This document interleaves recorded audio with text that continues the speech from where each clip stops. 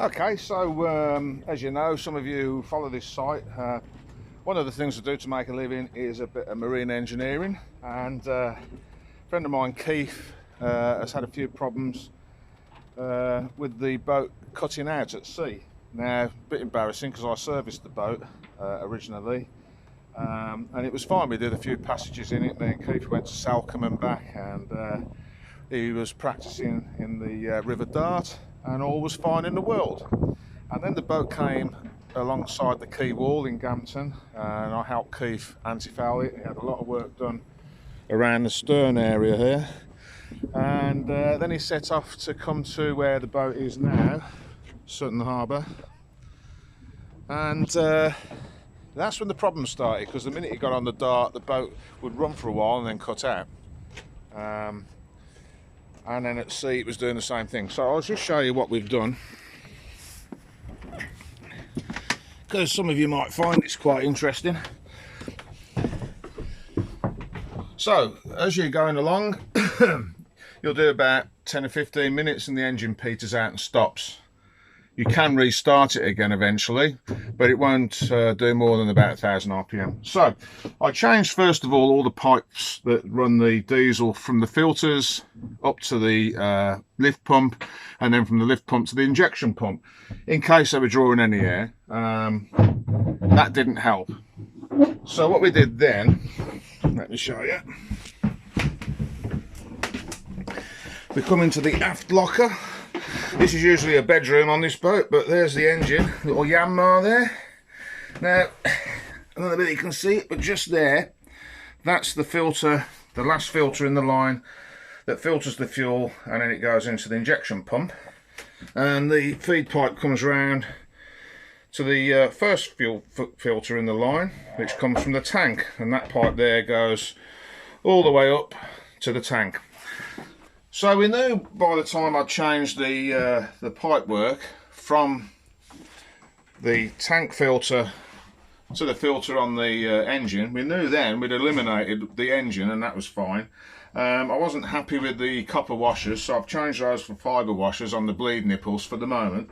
And before all of you start shouting copper's better than fibre, yeah, but for the purpose of what I was trying to prove, the fibre washer would have made a better seal as far as I was concerned, and I wanted to seal it so I wasn't getting any air in. That's why I did that. So then what I did, this is how you eliminate the stuff. This pipe here is the one that feeds the filter into the injection unit.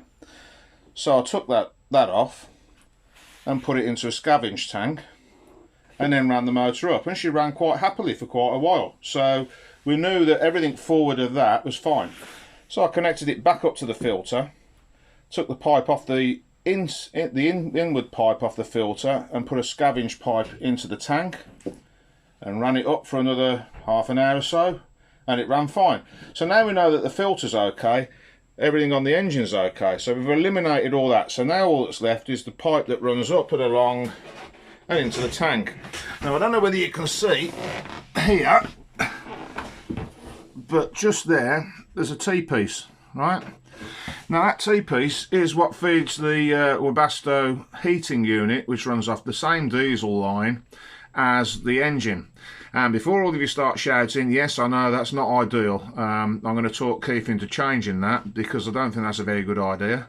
Because if you have any problems with the heater, of course, you end up with what we've got now. So I unplugged that, ran a scavenge from this pipe into the engine. Guess what? Ran fine. So now we know that we're all right up to that point there. That just leaves the fuel tap. So as you can see, took the fuel tap off. It's just there, and put it onto the filter that the tank comes into there and goes out to the engine. So I've replaced basically what would normally feed from the tank with this. Ran it up and it ran fine. So now we know that the fuel tap is okay. There's no problem there. So what do you think that leaves?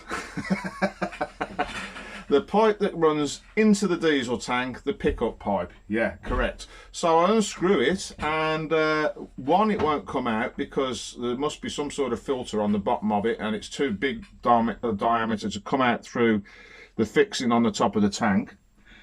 And number two, I noticed that it's a poly pipe that's just been push fitted onto the union, and it's loose. So that's where the air's coming in, I would think.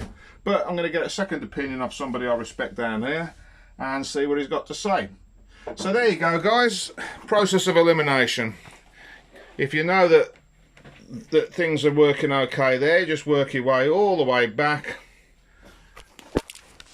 and that's how we do it. Another little point I'd like to make while we're on the subject, but it's not why you rang, is I've advised Keith, it's always a good idea, I do it on my boat, to keep a gallon can full of diesel. I need something slightly bigger with my boat, but on a sailboat it's fine. Gallon can full of diesel, and if you keep it next to your first filter, what you can do is what I've done there really, take both pipes off, the one that runs to the engine and the one that runs from your tank, and then replace the one from the tank into, well, you can just put this direct off the engine, I suppose. You could put that straight in, but you'd need to put the return in to the into the diesel as well, because don't forget, most diesel engines will burn a gallon of diesel in a few minutes because they're not using all the diesel to make them propel them along the water. They're returning quite a lot of it to the tank, so you have to put the return into the scavenge tank as well. Otherwise you'll just end up with no diesel straight away. But that's a good idea, because if you have any contaminants, diesel bug or whatever, you can swap over to your spare tank. Call it a reserve tank if you want to be posh. So there you go. That's where we stand with Moonshadow. I'd show you around the boat, but we're getting ready to clear up, aren't we, Keith? Yeah, it's put the boat back together time for the time 100. Yeah, and then Keith's thinking of selling this boat. So if you carry on watching the videos on here and you fancy a bilge keeler, this thing's had a lot of work done to it, as you'll probably have seen on some of my videos. Keith doesn't mess about, do you, Keith? No, it's got to be done right. If I say need something, he goes and gets it. He's just had a new, what was the navigation equipment you had put on? Raymarine Axiom Pro 9. I've had a new digital radar, the plotter to go with it. It's had new standing rigging. It's had the engine reconned and sorted by AK Marine up on Dartmouth. All the seals done on the sail drive. The bottom done. Everything. Yeah. There isn't anything he hasn't done, because he's as paranoid as me. So if he thinks something might go wrong, he does it. So I'll take you outside, and you can see the boat again. Needs cleaning. It does need cleaning, yeah, because I've been working on it. So. Oh yeah, had a new windlass.